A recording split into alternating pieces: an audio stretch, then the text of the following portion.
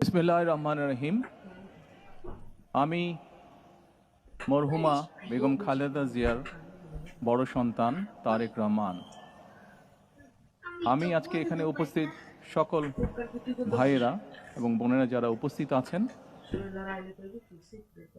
মরহুমা বেগম খালেদা জিয়া জীবিত থাকাকালীন অবস্থায় যদি আপনাদের কারো কাছ থেকে কোনো ঋণ নিয়ে থাকেন, দয়া করে আমার সাথে যোগাযোগ করবেন। আমি সেটি পরিশোধের ব্যবস্থা করব ইনশাআল্লাহ।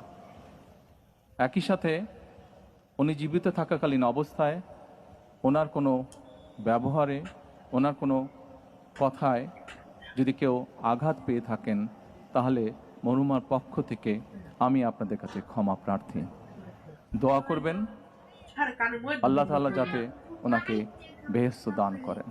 আসসালামু আলাইকুম। আসসালামু আলাইকুম।